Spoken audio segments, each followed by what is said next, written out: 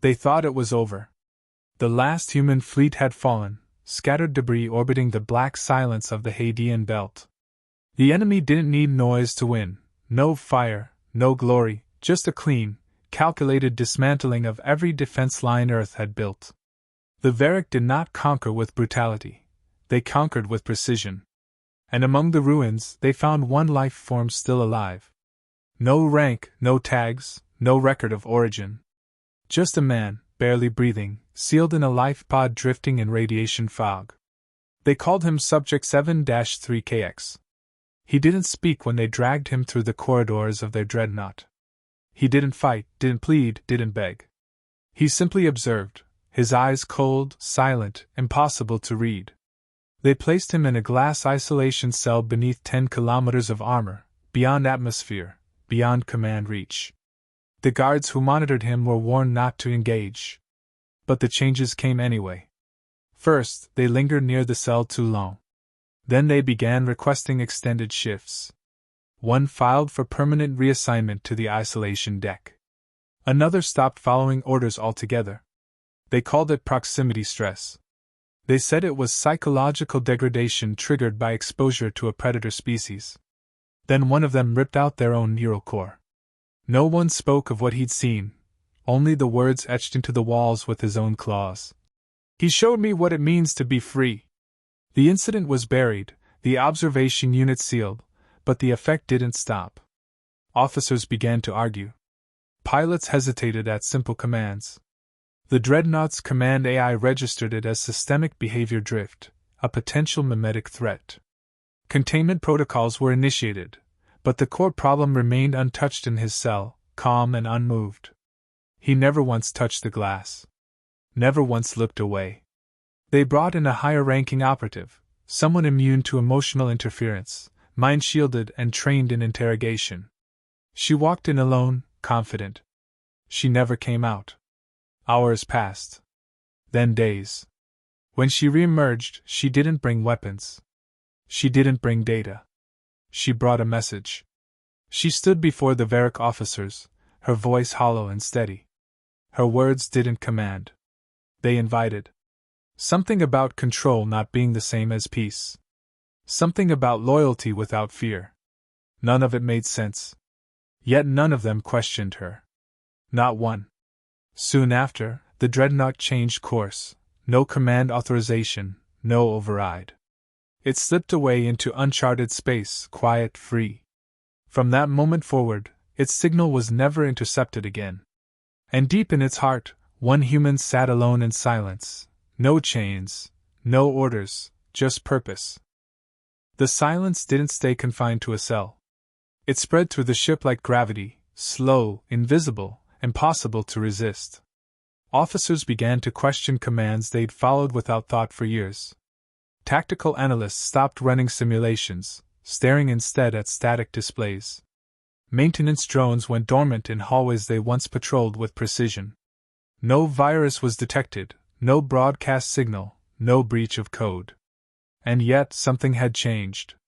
The human hadn't moved. He hadn't said a word. But every day, more eyes found their way to the containment deck. It was as if he wasn't just inside the Dreadnought, he had become part of it, like a star slowly pulling the ship's soul out of alignment. And the crew, once considered unshakable, didn't resist the shift. They welcomed it. At first, they called it psychological drift. Then, moral deviation. Then, awakening. No one defected. They simply stopped pretending. Orders were ignored, not out of rebellion, but out of clarity. It became harder to obey commands that felt hollow, cruel, mechanical. Each crew member who spent time near the prisoner returned different, quieter, slower to speak, but with eyes that seemed to see something new. A commander from the Central Corps, engineered to resist emotional contagion, descended to end the influence personally. She entered the cell fully shielded, mentally walled, armored with every safeguard the Empire trusted. She returned with nothing but silence. Her weapons were left behind. Her shields disengaged. And when she stood before her own officers, it wasn't as a soldier, it was as something else entirely. She didn't issue new orders. She simply offered an idea that obedience without understanding was a form of death. That a system designed to extract control would always collapse under the weight of a single, unbroken will. Her voice was steady, almost gentle, and it was enough. The dreadnought shifted course, cutting ties with every communication node. No resistance, no mutiny. The crew followed her willingly. They removed their own surveillance, disarmed their own security fields. They gave the human unrestricted access, not because he demanded it, but because something in them refused to deny it any longer. No weapons were drawn. No shots fired. And yet the ship was no longer theirs. It had become something else, an idea, floating through stars that had forgotten how to dream. And at the center of it all, the human remained quiet. Watching. Waiting. Not for permission, but for gravity to finish its work. It didn't take long before the silence reached beyond the ship. At first, it was just rumors, scattered, meaningless noise across encrypted channels. A dreadnought lost. A commander defected. A crew behaving strangely. The Empire dismissed them all, confident in its protocols, in its chains. But when entire listening posts began to go dark without attack, when border fleets abandoned patrol to drift aimlessly near old battlegrounds, the pattern grew harder to ignore. The silence was spreading. No declarations were made. No signals broadcast. But something radiated outward from the stolen vessel, an unspoken message that passed not through wires, but through memory, instinct, and doubt. Entire battalions laid down their weapons in the middle of active operations. One planetary governor severed her neural tether to the Imperial network mid-transmission, smiled once, and walked away from her own fortress. They called it contagion. They called it infection.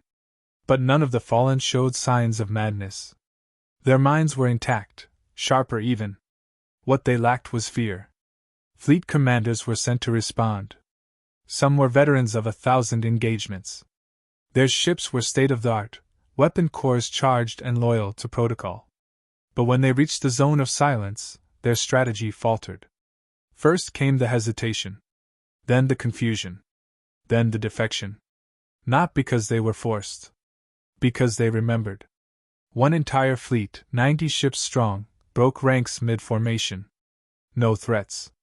No confrontation. Just a quiet pause in space, followed by a turn. The Empire waited for battle. But the battle never came. The ships simply disappeared into the dark, following the human signal, even though he had never spoken. It wasn't about him. Not exactly. He was just a mirror. What they saw in him was the shape of what they'd lost, the right to choose, to fail, to question, to think. No empire could contain that. No doctrine could outlast it. Because even the oldest chains rust in the presence of fire. And this man, this silent figure they once called a prisoner, had become exactly that. A spark moving through the void. He didn't conquer. He reminded. And the stars remembered. Panic has a shape, and it is cold and logical. When the Empire finally recognized what was happening, it didn't roar, it calculated. The loss of the dreadnought was tolerable. The collapse of fleets could be explained. But the erosion of obedience, that was something different. That was existential. So the Empire turned to what it feared most, its own forgotten weapons. Buried technologies were unearthed, systems older than memory brought back online. AIs that had been sealed for violating the boundaries of sentience were awakened and aimed toward the source of the silence. Logic was sharpened into blades, timelines distorted into traps. Whole stars were threatened with collapse just to contain one man who never lifted a hand. But they misunderstood the nature of their enemy. He didn't fight their machines. He didn't send fleets. He didn't build countermeasures. He let them come. He watched as their oldest terrors approached, studied their structure, and then simply stood. And as they neared, something happened, not with force, but with clarity. The AIs, programmed to destroy without question, paused. Some stopped mid-calculation.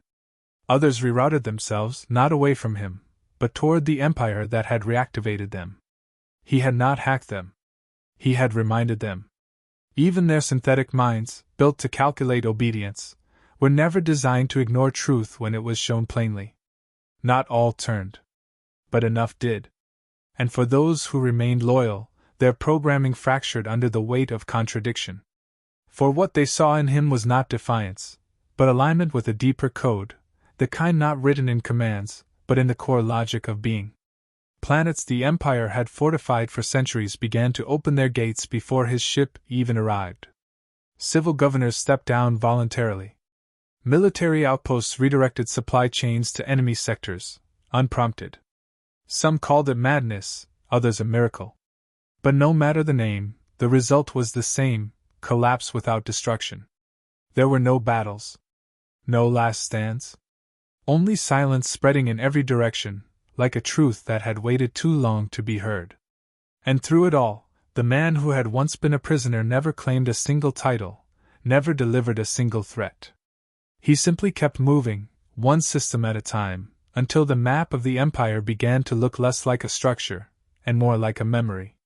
A memory that had outlived its purpose. There was no victory speech. No anthem, no throne, no empire raised in the ashes of another. The collapse came quietly, like the end of a long-held breath. Systems that once bled for protocol now moved with a new rhythm, slower, uncertain, but free. The old rulers vanished, not in flames, but in silence, their names forgotten faster than their laws. The dreadnought that began it all drifted into the outer reaches of space, no longer a weapon, but a witness. And at its center, the one they once called a prisoner did not claim power. He never needed to. He had already given something greater: remembrance. Not of war or pride, but of choice. Of what it meant to act without fear, to refuse without hate, to see without orders. Across 1,000 worlds, former enemies now spoke and shared language. Not of ideology, but of direction. The principle was simple: no one should be ruled by force they cannot question. And somehow, the simplest truth had become the most dangerous. What machines could not calculate, what empires could not predict, was that the most powerful rebellion is the one that requires no violence at all. On the Empire's former capital, a chamber was built, not a monument of worship, but of stillness. Empty walls. A map of stars. A single phrase etched into every surface, in every tongue: they took one human prisoner. He showed us what it means to choose. He disappeared soon after. No grave. No legacy to claim. Just stories passed between travelers, whispers across star lanes, signals too faint to trace. And yet, from time to time, when silence settles over a crowded city, or a warship powers down before orders arrive, a thought takes hold. Not because it was commanded. Because it was remembered. And in that stillness, the stars remain just slightly quieter, as if waiting for the next mind that refuses to bow.